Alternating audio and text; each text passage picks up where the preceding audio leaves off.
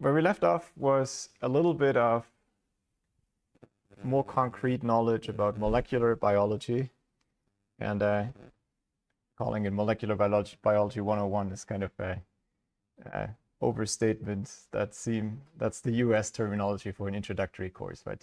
Which you do in first year before you decide your major. You start studying without selecting the subject. So these are usually very gentle introductions, but they're a full term long, and I won't go that deep.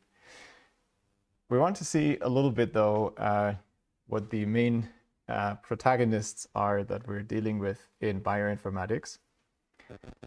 So it's about the chemical structures and processes that happen there. And in particular, the first thing I want to look at in a bit more detail is what the different types of molecules or substances are that occur at that level. And for this, I'm going to show you this video from Amoeba Sisters, which has a very whimsical style, but I think their content is accurate, even though it's a little childish in the kind of drawing style. But I thought it's nice to show different styles. Maybe one appeals more to others. They have a huge channel with videos about a lot of topics, some much more in depth than others. And this one is an overview of just the different molecules that occur in bioinformatics. So let me see if the sound is showing.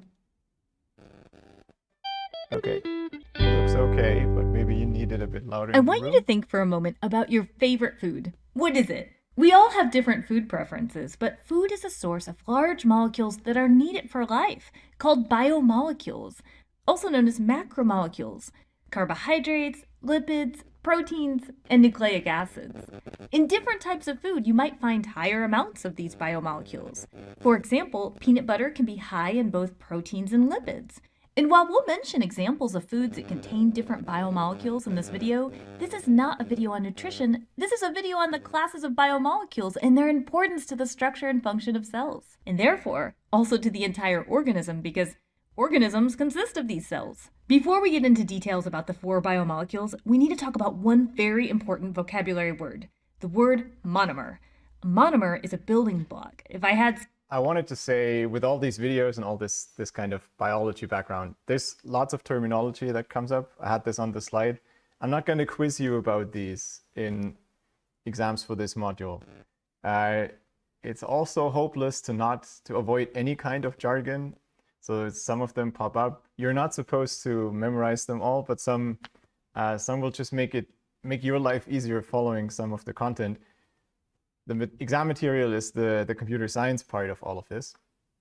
But I think you have more fun exploring the latter part if you know a little bit about the biology part. Okay. With that said, Large substance, the parts that make up that substance, are called monomers. With each biomolecule class, we will mention its monomer if it applies. We'll start with the biomolecule class of carbohydrates. Generally, food sources such as bread, pasta, fruit, and vegetables tend to be high in carbohydrates. The monomer of a carbohydrate, remember that means the building block, is the monosaccharide. One example of a monosaccharide is the sugar glucose. Glucose is a pretty big deal considering it's used in cellular respiration to make ATP, an energy currency. If 2 monosaccharides, such as glucose, are combined, you get a disaccharide. For example, put these 2 glucose sugars together and you get the disaccharide maltose. By the way, a lot of sugars have that OSE ending. Glucose, maltose, lactose, sucrose, fructose. I could go on. The ending OSE can be a carbohydrate clue. If you join a lot of monosaccharides together, that can combine to make a polysaccharide, a big carbohydrate. So, how are carbohydrates important to an organism and the structure and function of its cells? Well, plants have cell walls of carbohydrates, specifically a large one known as cellulose. Fungi have cell walls of carbohydrates too, specifically one known as chitin. Fun fact that carbohydrate chitin is also what makes up the exoskeleton of insects. We mentioned glucose is used to make ATP. That makes carbohydrates a fast source of energy for cells. So that's a big function for carbs, a major energy source that cells can access. That energy can be stored in a polysaccharide form. Remember, polysaccharide is a big carbohydrate, such as starch for plants or glycogen for animals.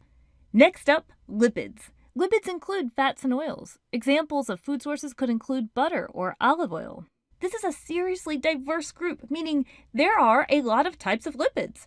There are triglycerides, there are phospholipids, there are steroids. These are just some examples. Most, but not all, lipids have building blocks of glycerol and fatty acids. One thing, though, that lipids generally share? Generally, they're hydrophobic, or at least contain a significant hydrophobic component. That means lipids, or at least a major component of them, don't like water. Lipids generally won't dissolve in water. And that's interesting, as generally the other biomolecules will. So how are lipids important to an organism in the structure and function of its cells? Remember how we said all cells, plant cells, animal cells, all cells, have membranes? Well, thank you, phospholipids, for that phospholipid bilayer, because that's right, lipids make up cell membrane structure. Lipids have a major function of being a source of long-term energy storage. You remember how we said carbohydrates were a fast source of energy, but when those carbs are used up, lipids have a function as long-term energy storage that an organism can use.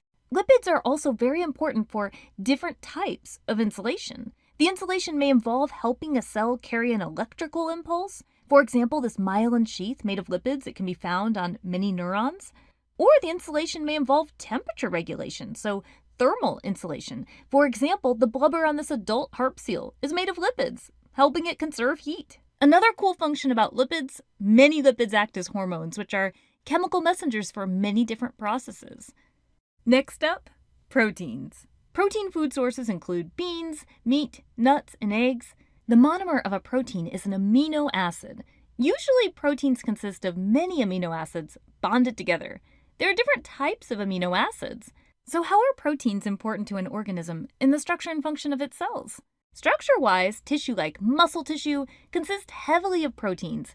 Proteins can make up all kinds of other structures, hair or collagen, for example. Proteins can also be found embedded in cell membranes as protein channels. And channels are important to that cell membrane structure with functions of letting certain substances pass through. Proteins can also be receptors, which are critical in cell signaling, so cells can coordinate actions together. Most enzymes are made of proteins. Remember, enzymes can build up or break down substances in all kinds of metabolic processes. Antibodies, which are made by immune cells in your body, are proteins, and they are involved in protecting your body. And some critical hormones, such as insulin, are proteins. And when we start talking about genes, genes are made of DNA, but many genes do code for proteins. And that brings us to our last one that includes DNA, nucleic acids. Nucleic acids include DNA and RNA, which we'll get to in more depth when we get to genetics. Nucleic acids have a monomer called a nucleotide. That's going to be an easy one for you to remember because nucleotide sounds like nucleic acid. By the way, you might wonder, are nucleic acids like DNA and RNA found in my food? And the answer would be yes. Whenever you eat something that came from something living, it actually could still have DNA inside it.